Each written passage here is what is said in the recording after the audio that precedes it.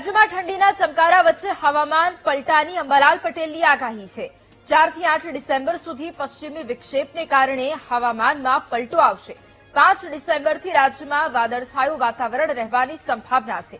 10 ડિસેમ્બરે કેટલાક વિસ્તારોમાં હળવા વરસાદની શક્યતા છે। 18 થી 24 ડિસેમ્બર દરમિયાન બંગાળની ખાડીમાં હલચલ જોવા મળશે।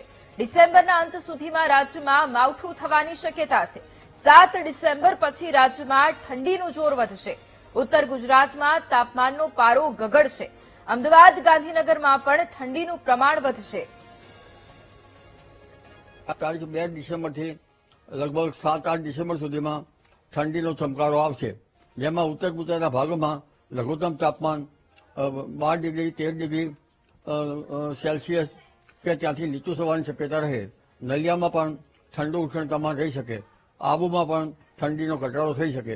આ ઉપરાંત લગભગ અમદાવાદ ગાંધીનગરમાં પણ લગભગ 15 ડિગ્રી સેલ્સિયસ આસપાસ, ગાંધીનગરમાં 13 ડિગ્રી સેલ્સિયસ આસપાસ આ અઠવાડિયામાં ઠંડીનું લગભગ લઘુત્તમ તાપમાન જઈ શકે।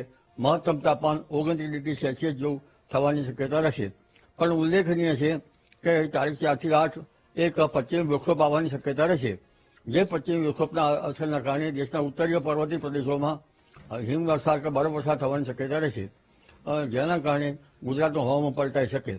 લગભગ 5 ડિસેમ્બરથી હવામાનમાં કંઈ વાદળવાયુ આવવાની શક્યતા રહેશે અને 10 ડિસેમ્બર સુધીમાં ક્યાંક હળવું માવઠું થવાની શક્યતા રહેશે। 18 થી 24 કે માસના અંત સુધીમાં ગુજરાતમાં માવઠું થવાની શક્યતા રહેશે અને 22 ડિસેમ્બર બાદ ખાતી ઠંડીને વેગ મળવાની શક્યતા રહેશે। આ ઉપરાંત ઠંડી જે છે એ 27 ડિસેમ્બર અને 11મી જાન્યુઆરીએ પણ ઠંડીના ચમકારા રહેશે।